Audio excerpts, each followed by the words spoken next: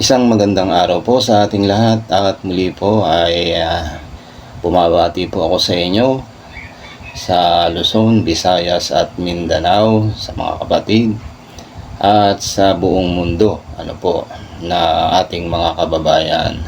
At muli po ay meron po akong ipaparinig po sa inyo dito po kay Sir Mike Abe Opinion. Ito ng prime water ng mga bilyar. Isa sa mga business ng mga bilyar. Kaya nga ang tanong natin dito, prime water ni bilyar, palpak nga ba? Alam niyo bakit? Kasi pinaiimbestiga na ho ng Malacanang. Alam niyo, para background lang ho, maigsi lang ito. Kung yung mga gunita, lumakas itong prime water noong panahon ni Duterte. Kung yung maalaala, di ba, madalas pinapagalitan ni dating Pangulong Duterte ang Maynila at Manila Water dahil laging bitin ang tubig pag summer. Minura-mura ni Duterte ang mga pangilinan at may-ari ng nagsusupply ng tubig sa buong Metro Manila at Rizal at Cavite dahil palpak ang supply ng tubig noon.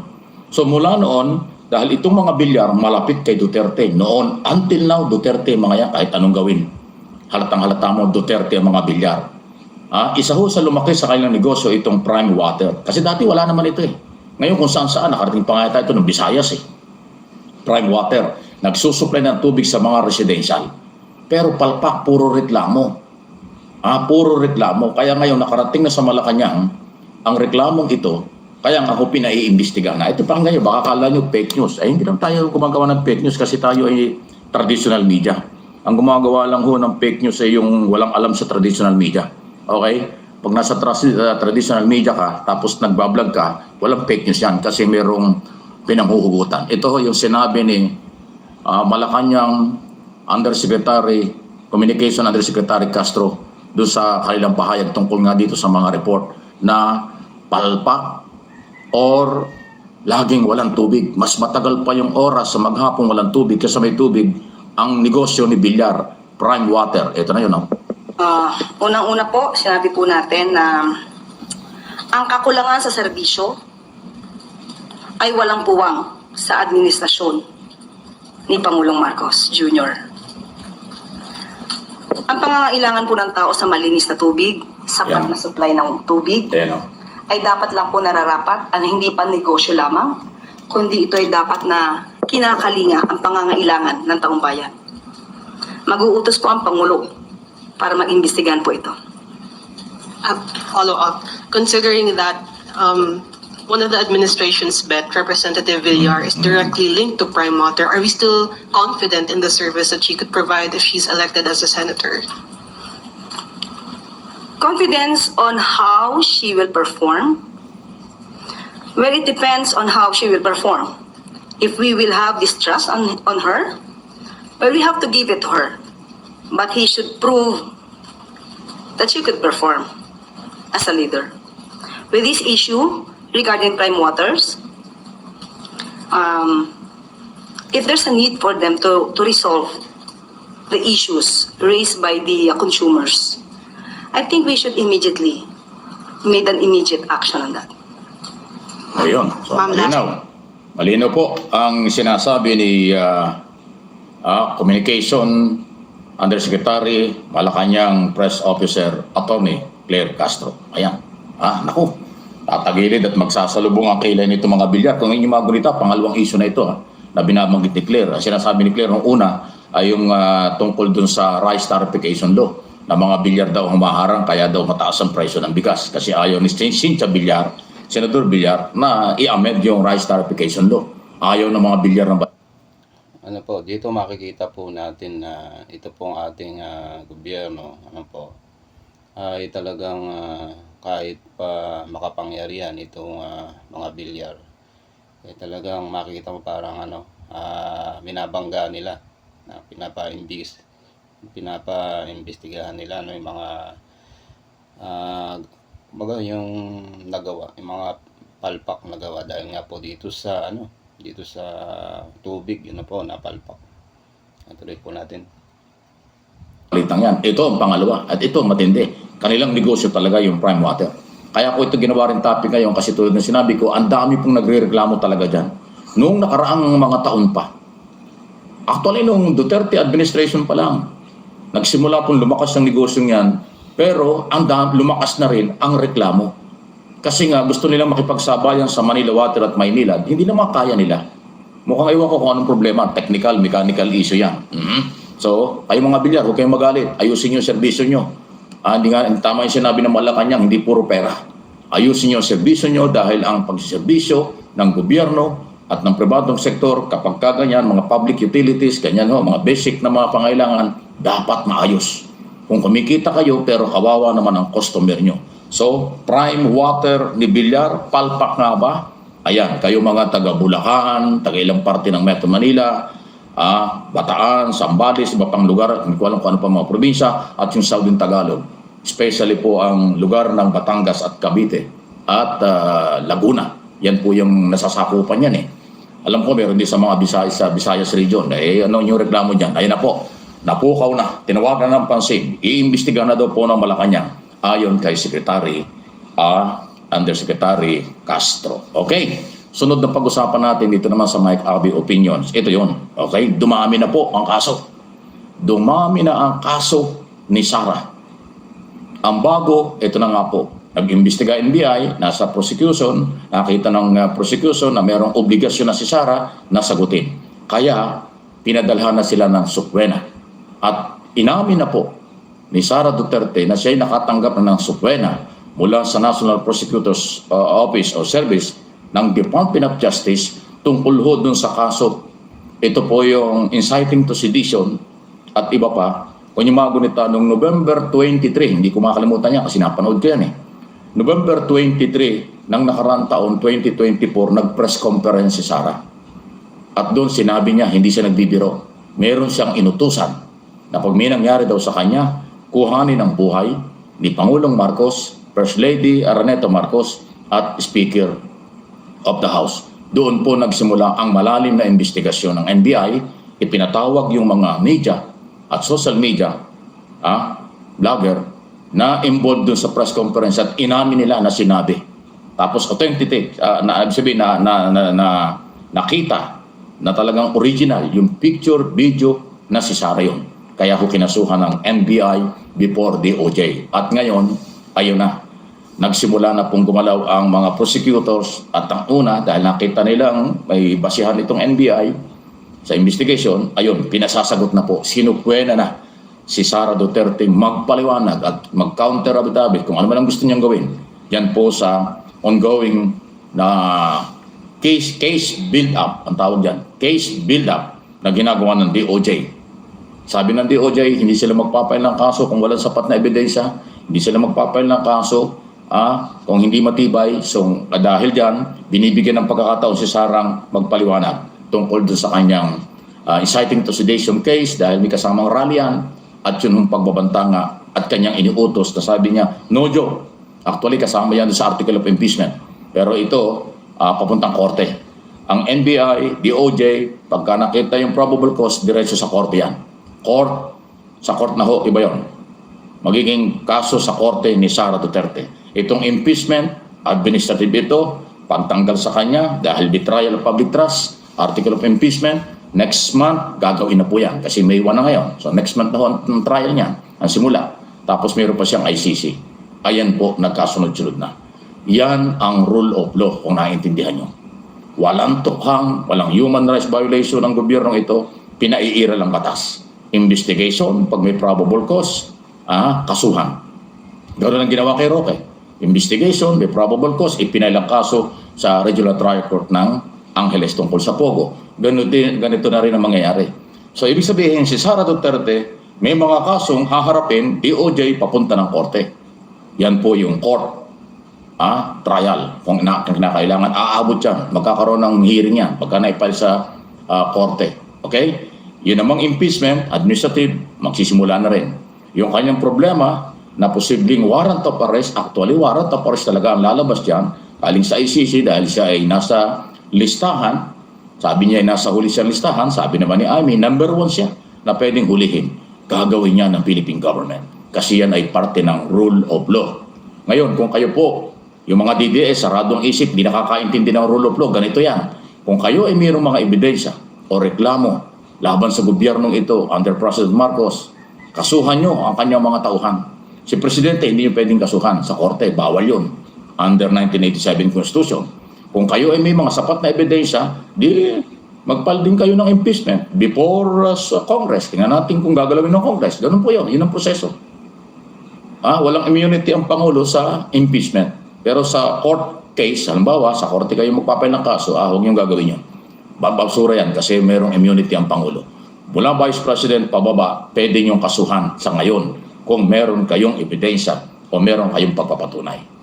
2 taon kalahati na, halos 3 taon na kayo maingay, wala kayong naipapail na kaso against Marcos administration. Ibig sabihin, wala kayong ebidensya. Wala kayong pagpapatunay. Puro sa social media at traditional media lang kayo nag-iingay. Iba ang gobyerno. Maingay kayo, ang gobyerno, tuloy ang investigation. Pag nakakita ng probable cause, tutuloyan kayo. Yan ang rule of law. Ang rule of law, hindi lang sa administration niya. Dapat sa lahat ng Pilipino. Mga sibilyan, pribadong sektor, anumang relihiyon, anuman ang kasarian, sa rule of law na policy ng gobyerno, lahat ay entitled tayo. Lahat tayo may karapatan dyan. Kaya mag-file kayo ng kaso against government kung kayo ay meron basyan. Ngayon kung wala, madidismiss lang yan. So ayan po, kung ang gobyerno naghahanap ng ebidensya, nagpapail ng kaso, kayo ganun din, gawin niyo. Huwag puro kayo social media. Kami sa social media, ako bilang membro ng traditional media, dahil ako matagal nang nasa broadcast business, ng ilang dekada na at tayo ay political blogger, kaya ako pinapaliwanag ito sa inyo. Sa batas kasi, pantay-pantay tayo. Kaya lagi ko sinasabing, no one is above the law. Okay? Ignorance of the law exercises no one. Okay? Yun po yun. Law is law. Yun po yan. Huwag kayong maniniwala sa inyong katabi, kaibigan, na huwag tayong maniwala sa gobyernong ito. Walang kwenta itong gobyernong ito. Di subukan nyo. Marami kayong kasong aabutin. Kasi ang NBI, Police, Department of Justice, Department of Imperial Local Government, lahat ng law enforcement agency ang sumusunod at nagpapatupad ng batas. Rule of law ang sinasabi. Okay? Para maintindihan nyo. Pag hindi nyo naintindihan, sarado ang isip nyo. Hindi ko nabubuksan niya kung talagang sarado ang isip nyo. Kasi DDS ang ganyan. Ang Marcos loyalists, Marcos supporters, lehitimo at matitinong Pilipino, silent majority, matatalino. Open ang kanilang kaisipan, hindi sarado. Ang mga DDS at supporters ng mga Duterte ang nalilinlang, nagpapalinlang, ginagamit ang kahirapan, kahinaan ng masang Pilipino sa kanilang paniniwalang baluktot, hindi naaayon sa karapatan ng iba at hindi naaayon sa batas. Yun ang aking opinion, analysis doon sa kanilang galaw. Ngayon, kung magagalit kayo, bahala kayo sa buhay nyo. Tuloy tayo sa iba nating mga balita pa rin. Ano ito? Anong tingin ninyo? Ito, bigyan ko kayo ng background. Bakit si Governor Gwen Garcia ay sinuspindi sa di umano ay di umano ay korupsyon?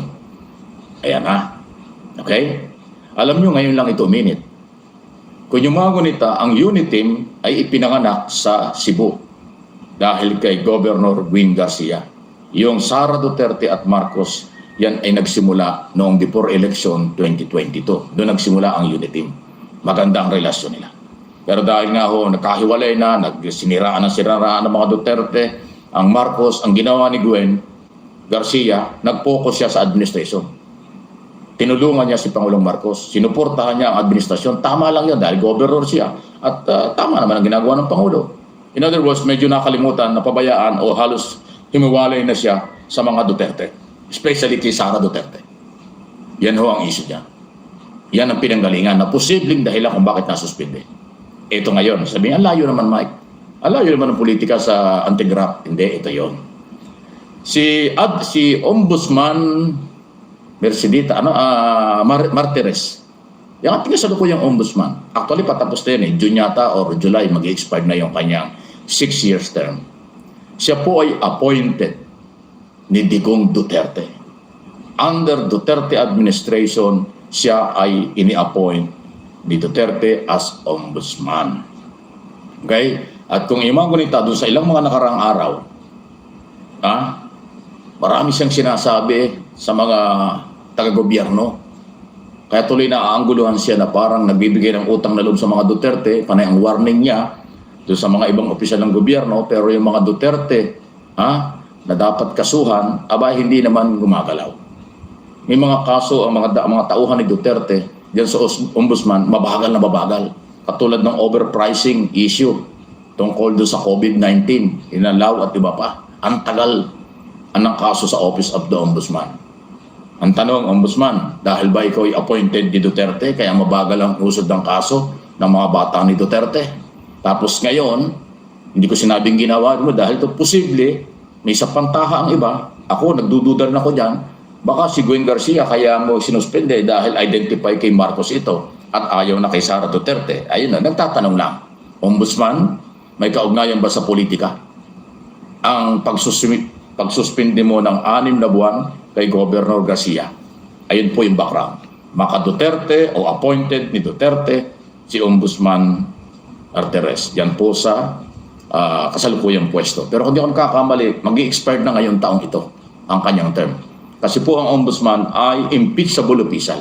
Hindi yan pwedeng tanggalin hanggat hindi tapos ang kanyang term. Maliban lang kung ma-impeach, pero wala namang impeachment. So, patapos na ang kanyang term ngayong taong ito. Kung hindi nakakamali ako, June or July. Pero ito, nadamay pa si Gwen Garcia. Ayan, more or less, kung kayo naniwala na sa inyo, akin dito, opinion lang. Ipinapaliwanag ko lang ang background. Sino ang ombudsman noon at ngayon? Sino si Garcia? Sino si Sara at si Marcos? Ano ang kailang pinagdaanan? Yun lang ang purpose ko. Ipaliwanag ko ano yung mga hugot ng mga pinagdaanan nila. Bahala na kayo at malaya kayong magbigay ng opinion. Ako, opinion ko yan. Okay? Thank you. Salamat. Salamat po. Para may idea kayo. Sige. Eto. Ang isa pa. Welcome sa magkapatid. Remulla brother. Welcome daw sa kanila ang nire-recommend ang kaso before Ombudsman ni Senador Amy Marcos. At welcome din kay General Marbil at General Torre ang mga kaso. Yun naman ang sinasabi ni Torre pa nung araw. Hindi ito ang proper forum. Hindi ito ang lugar para tayo magdebate tungkol sa batas. Ayun. Di ba? Lagi sinasabi ni Torre, matalino si Torre, alam niya ang batas. Hindi dito sa labas ng korte ang debate tungkol sa batas. Mag-file kayo ng kaso, doon tayo magdebate sa korte. Ayun na yun. Ngayon, kung itutuloy ni Aimee, welcome daw po sa Remulla brother. Boying and Jandic Remulla, DILG Secretary at DOJ Secretary. Magkapatid po yan. Magkuya yan. Okay? Tungkol din sa pag-aresto kay Duterte. Kasi ang sinasabi ni Aimee, wala siyang committee report, sarili niyang findings at kanilang pananaw, guilty raw, mayroon daw pang-aabuso ang Executive Department sa pagkakahuli at pagkakapadala sa ICC kay Duterte. Yan ay kanyang sariling interpretation. Hindi yan interpretation at pananaw ng buong Senado kasi wala pa siyang committee report. Kaya nga sarili lang niyang report. Kaya nga sinagot ng Pangulo at ginawa ko na yung balitang yan, sabi niya, lahat tayo entitled sa opinion, pero doon sa kanya sinasabi, recommendation na Aimee, I disagree. I disagree ang sabi ng Pangulo. So, ibig sabihin, walang kumampi, walang naniniwala kay Sara. Kay Sara? Kay Aimee. Baka si Sara lang at mga Duterte. Kasi nagpasalamat na si Sara. Salamat daw sa ginawa ni Aimee. Okay daw yung ginawa ni Aimee. Kaya ako naalaala si Sara. Pinasalamatan pa niya yung sariling interpretation, sariling report, sariling findings, at hindi sa kabuuan ng komite at ng Senado. Hindi pa makagawa ng committee report si Aimee, baka alam niya walang pipirma. Kasi ang kanya, alam ng mga senador na personal yung kanyang banat sa gobyerno. Personal na ang kanyang banat sa kanyang kapatid. Pinersonal na niya si Pangulong Marcos Jr. Kaya nga galit na yung mga Marcos loyalists, Marcos supporters at matitinong Pilipino. Hindi mo nga ito maintindihan itong si Senator Aimee, no? Talagang kinakalaban niya yung kapatid niya, eh. Siya, para doon talaga siya kumakampi sa kabila. Pero sa pananaw ko naman, talagang sa pananaw ko lang naman, mas naniniwala ako doon sa panig ng Remulla na talagang ginawa nila, yung kanilang pinatupad nila, yun talagang batas. Anong klase ba itong Marcos na ito na si Aimee? Bakit masyado niyang pinersonal ang kanyang kapatid? Kasi pag sinabi mong palpak ang gobyerno, pag sinabi mong palpak ang mga sekretary at mga kapulisan, ang sinisiraan mo dyan ay si Pangulong Marcos. Kasi siya yung appointing power, siya yung chief executive, siya ang nagpapatakbo ng gobyerno, siya ang Pangulo. Tapos sinisiraan niya yung executive department. hinaharas niya ang executive department kahit na merong executive privilege, pinipilit niya magsalita. So, kanyang binabastos, hinaharas na si Pangulong Marcos.